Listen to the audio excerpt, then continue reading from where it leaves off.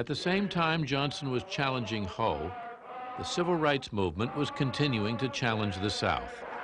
Despite Johnson's historic Civil Rights Act of 1964 that had put an end to segregation, a web of local laws continued to deny black Americans the right to vote. About 192 Negroes were registered on the average a month in the state of Mississippi, all over the state, 192 a month.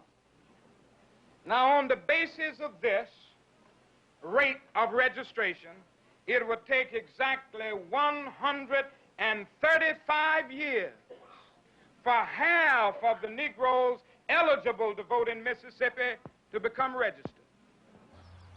Early in 1965, Martin Luther King met with Lyndon Johnson in the White House.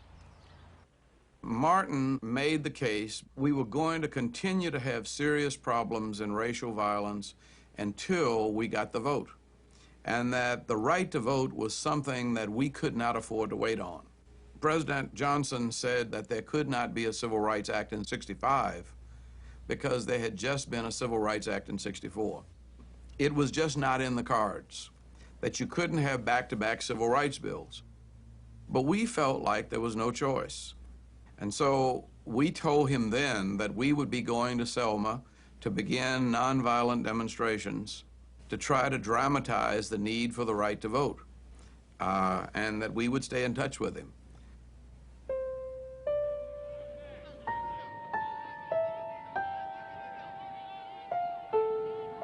Determined to force Johnson's hand, King, working with other civil rights groups, organized a series of demonstrations in Alabama, climaxing in a march from Selma to the state capitol in Montgomery.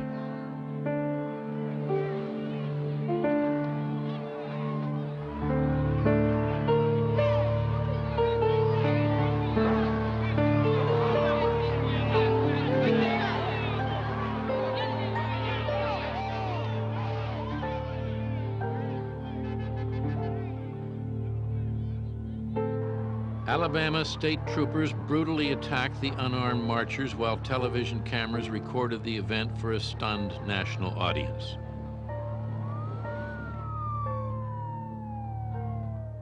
It was called Bloody Sunday. Johnson was outraged. With the rest of the country, he saw it all on television. But he refused to send federal troops to protect the marchers. There was enormous pressure on Johnson to send down federal troops. He said the last thing he wanted to do was to send the federal army into the South. He said it would be like Reconstruction all over again. He said, I would lose every Southerner.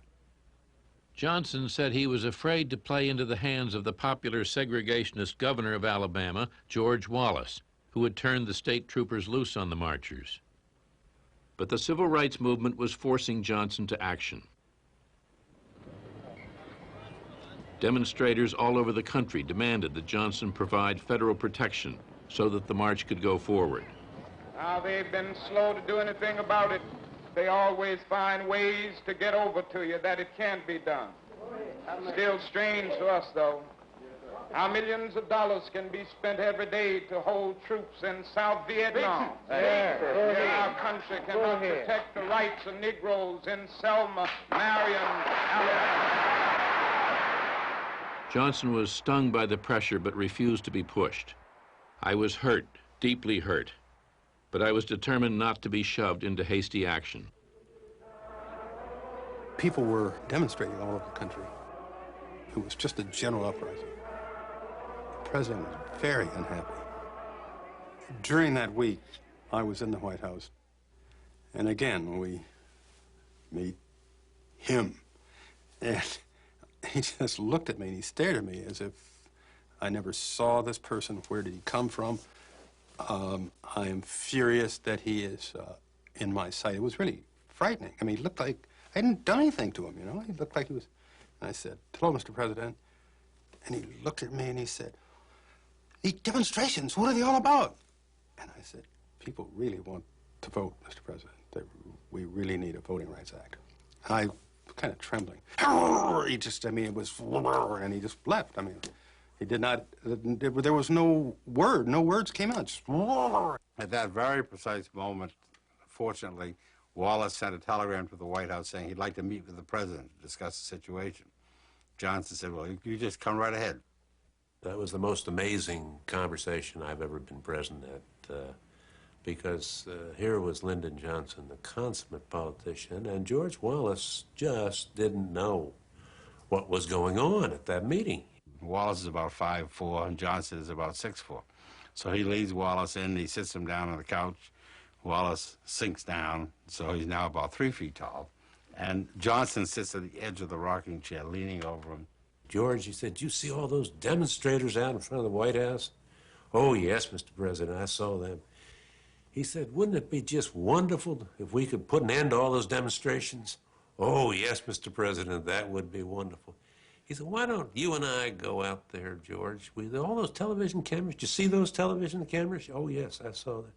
He says, "Let's you and I go out there and let's announce that you've decided to integrate every school in Alabama." And his Southern voice always deepened when he spoke to other Southerners. He says, "Now you agree that Negroes got the right to vote, don't you?" He says, "Oh, yes, Mr. President, there's no question at that." He says, "Well, then why don't you let them vote?"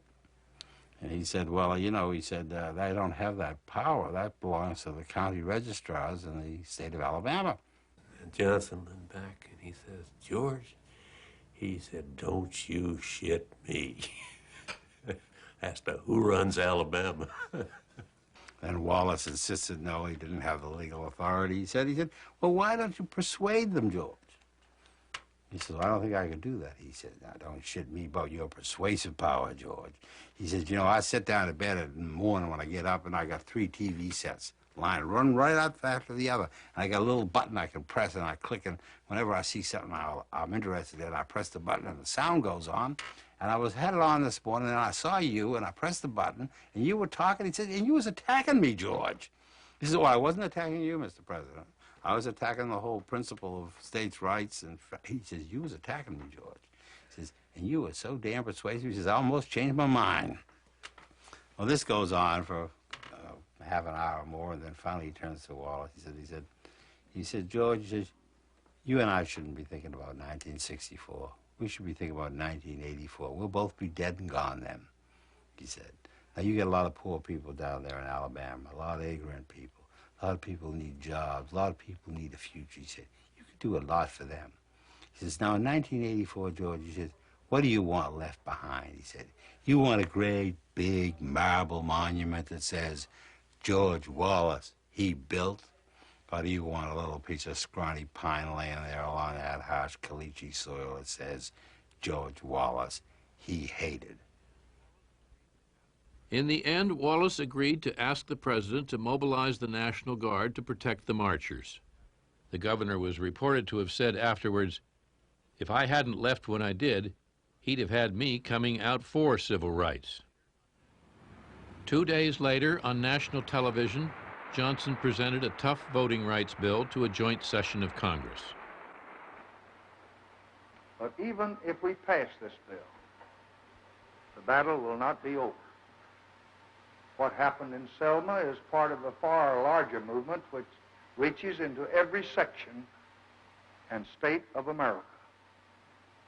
It is the effort of American Negroes to secure for themselves the full blessings of American life. Their cause must be our cause too. Because it's not just Negroes, but really it's all of us who must overcome the crippling legacy of bigotry and injustice. And we shall overcome.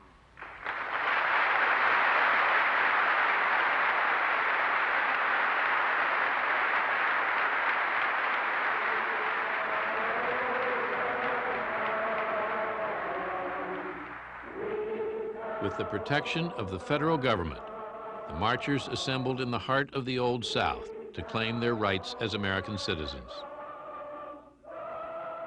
You felt that the pent-up needs and desires of your people over the generations were going to be achieved in your lifetime. Enormous when you thought of your ancestors who were slaves. Well, at that point, I was like bonded to him. I mean, my transformation as a human being had been complete. I believed by then that he was truly the civil rights president that we wanted and needed.